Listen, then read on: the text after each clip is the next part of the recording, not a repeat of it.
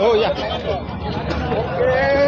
एक साइडला बाजूला सगळीजण थोडं आम्ही 10 मिनिटांचं काम करतो. एक मिनिट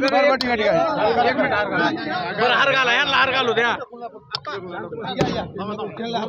बोलू द्या ना दिनेश बाजू असं असो सगळेजण जरा बोलतो. असू द्या बोला तुम्ही बोला की विचारा.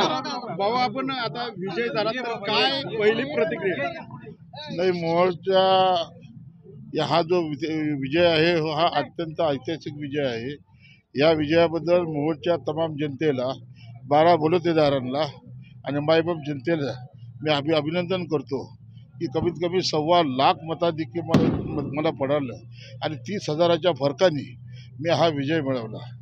या विजयाच्या निमित्तानं एवढं मात्र नक्की सांगेन, या तालुक्यात असणारी दादागिरी, दडपशाही, तानाशाही आणि झुंडशाही यापुढे चालू दिली जाणार नाही. या मतदारसंघामध्ये आया बहिणीचं संरक्षण करणं ही आमची पहिली जबाबदारी असेल आणि इथं कायदा आपलं काम करेल. इथली मालकशाही आज संपलेली आहे आणि आता खऱ्या अर्थानं स्वातंत्र्याची पहाट आज या मोहोळच्या जनतेला बघायला मिळालेली आहे. आजपासून मोहोळमध्ये लोकशाही मार्गानं सर्व काही कामकाज होईल, इथं हुकुमशाही चालणार नाही. भाऊ माझे आमदार राजन पाटील यांनी सांगितलं होतं की 40,000 मताने माझा उमेदवार मी निवडून आणणार, त्याबद्दल काय सांगता?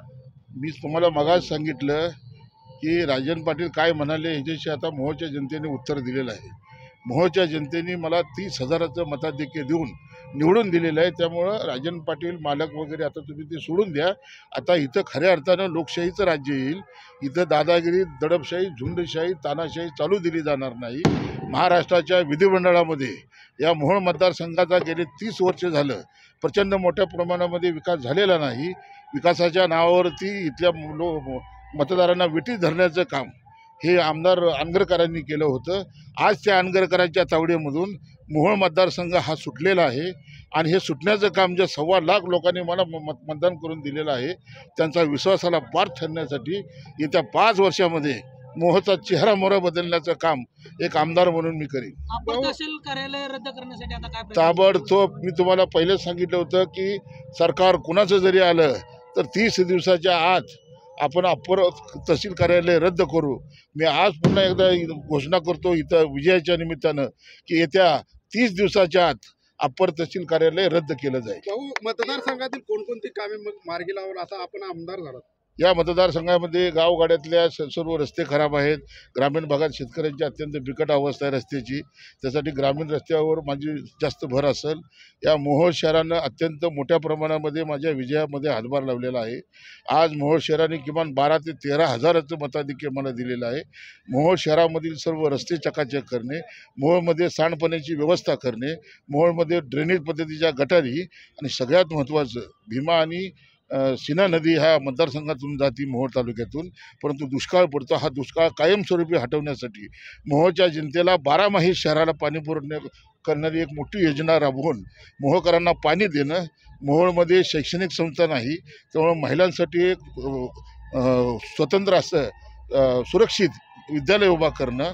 इथं मोहोळ शहरासाठी जितकं शक्य आहे तितकं काम करण्याचा प्रयत्न मी करणार. भाऊ मोहोळ संघर्ष समितीची मोठी निर्णायक भूमिका राहिलेली आहे आपल्या विजयात, तर या संघर्ष समितीबद्दल काय सांगा? नाही, या संघर्ष समितीची टहाळणी माझे आमदार राजन पाटलांनी केली होती. राजन पाटील म्हणाले की असल्या कुठल्या संघर्ष समित्या वगैरे काही नाही, परंतु सी टीम आहे. ह्या सी टीमनं आज त्यांना उत्तर दिलेलं आहे.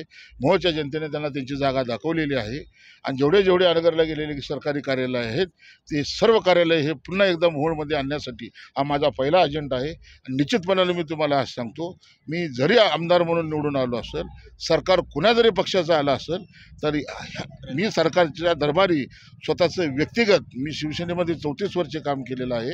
त्यामुळं 34 वर्षाचा माझा राजकीय हितसंबंधाचा उपयोग करून मोहोळ मतदारसंघासाठी जास्तीत जास्त निधी आणणं आणि मोहोळमध्ये दादागिरी संपुष्टात येण्यासाठी जे शक्य आहे ते सारे प्रयत्न केले जातील. पण एक मात्र निश्चितपणानं सांगतो, आज या विजयाच्या निमित्तानं सांगतो, मोहोळमध्ये अजिबात दादागिरी खपवून घेतली जाणार नाही. कायदा आपलं काम करेल.